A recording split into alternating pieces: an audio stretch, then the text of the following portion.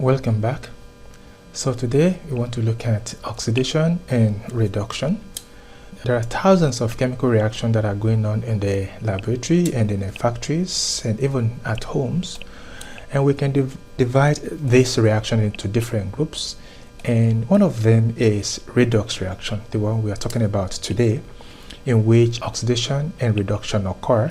So we're going to focus first on the oxidation part of the reaction by looking at the definition. So the word oxidation means gain of oxygen, and we can understand that when we look at the reaction between magnesium and oxygen to give us magnesium oxide. In this reaction, we will see that at the reactant side here we have only magnesium, but at the product side it becomes magnesium oxide. So we can say magnesium has gained oxygen, and that part is called oxidation.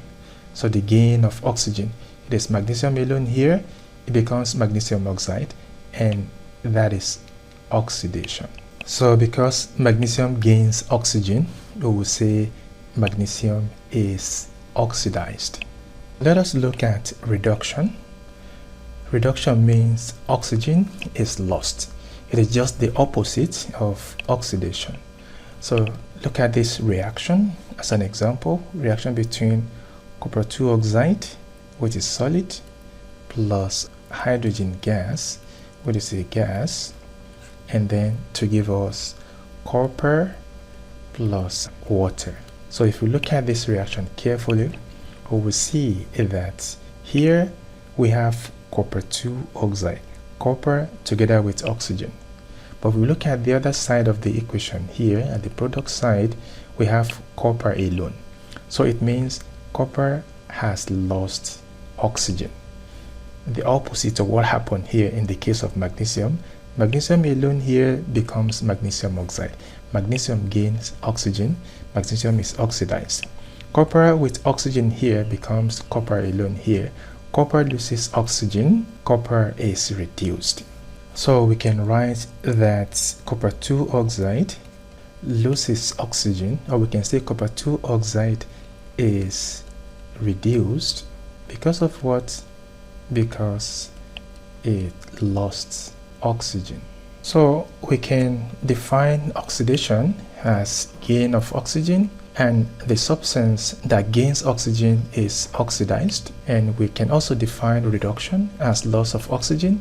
The substance that loses oxygen is reduced.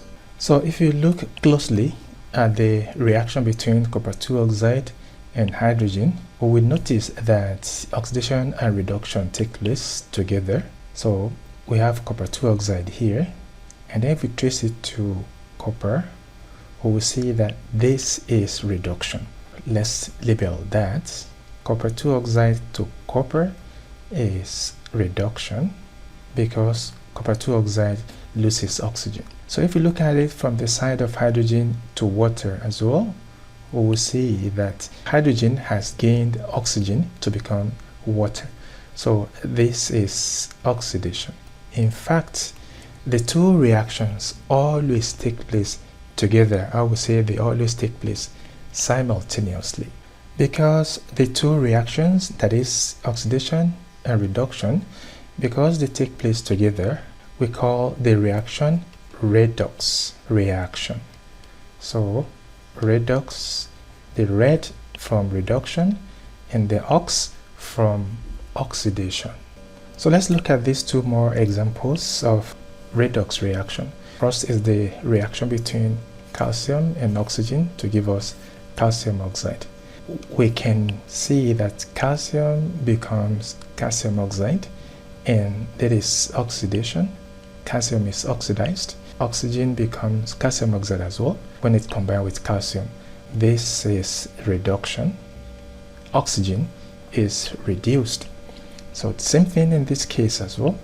Hydrogen becomes water. It gains oxygen. This is oxidation.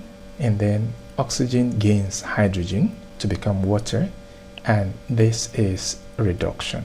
So before we round everything up, let's look at these reactions. The first reaction is a reaction between magnesium and sulfur 4 oxide to give us magnesium oxide and sulfur.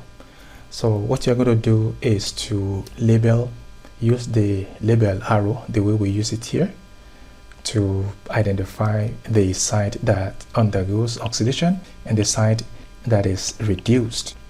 So I'll pause the video for you to do the first one.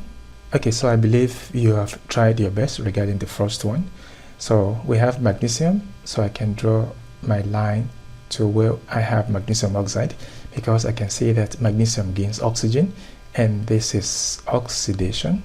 So if you can identify oxidation part, you will easily identify the reduction part, and we can see that sulfur dioxide becomes sulfur alone here.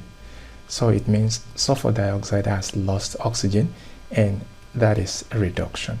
So in other words, if somebody asks you which is oxidized here, you will say magnesium is oxidized and sulfur dioxide is reduced.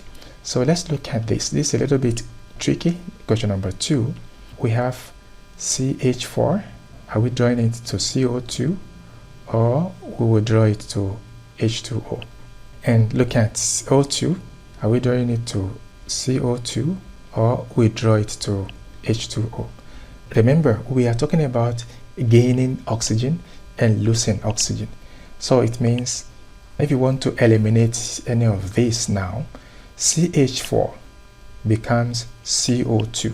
So it means carbon gains oxygen in the first part.